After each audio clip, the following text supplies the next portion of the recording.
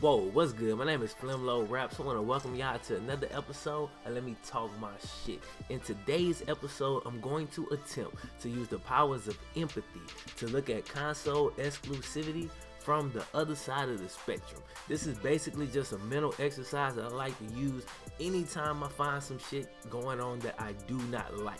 I try to first understand it. Alright, in today's video I'm going to be using Tomb Raider / Rise of the Tomb Raider to kind of make my point, and I'll have some Tomb Raider demo gameplay in the background. It's not my gameplay, this is like a trailer mashed up with a demo, you know, shit like that.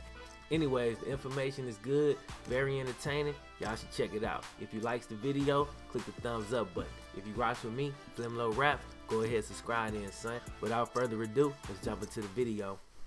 Today I want to talk about console exclusivity. Not the usual console exclusivity is BS speech. We all know it's BS, but I want to take a look at why all the major games seem to be going in this direction in one way or another.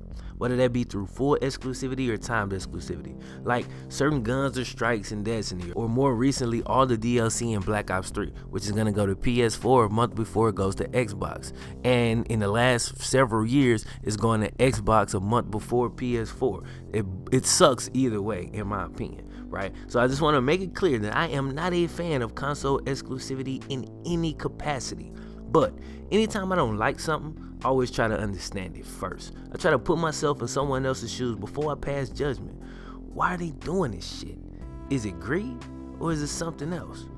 Let's be empathetic, right? For a second.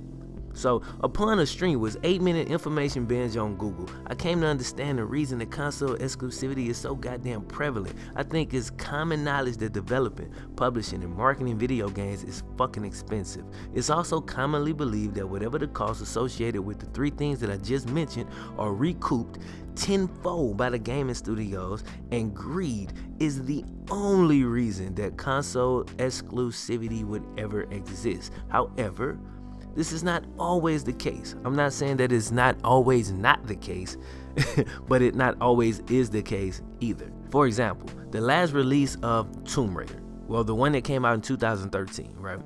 It sold 3.4 million copies in the first 4 weeks of being released. Not $3.4 million, but 3.4 million copies of a $60 game in 4 weeks.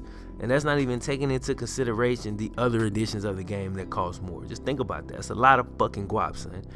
But it still took the game a full year in order to break even on development costs. I read that, I was like, God damn, that's crazy, dude.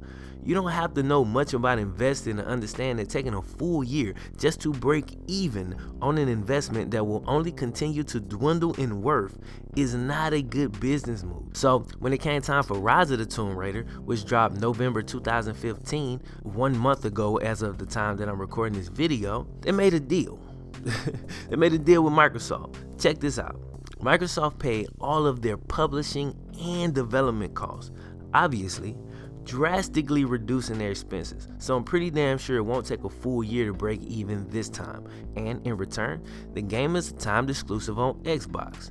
So I tried to put myself in the shoes of the studio heads who were faced with this choice.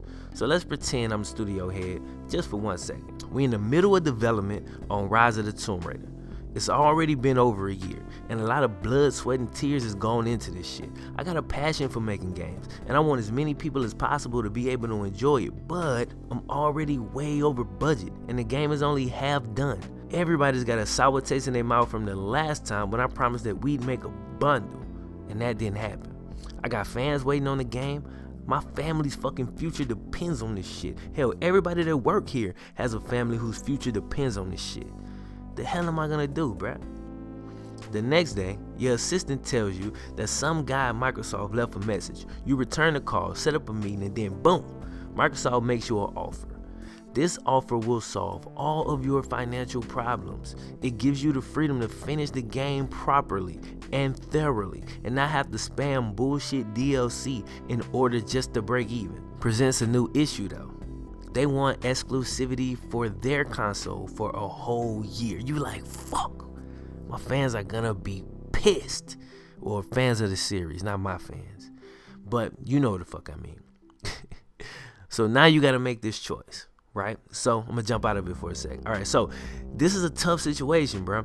I'll never be a fan of cutting half the gamers out of a title that they were previously able to play on either console, but this was just a brief look at the issue from the other side. Again, this is absolutely not the case for every developer, but if you were a studio head and in this position, what would you do?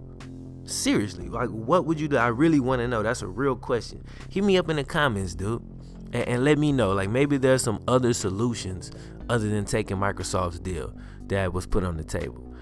If y'all can come up with some, let me know. But I thought this shit was interesting, you know what I'm saying? This just sparked a pretty interesting conversation in the comment section. But anyway, if you like the video, click the thumbs up button. If you rocks with me, Flimlo Raps, go ahead and subscribe in, son. Again, my name is Flimlo Raps 1.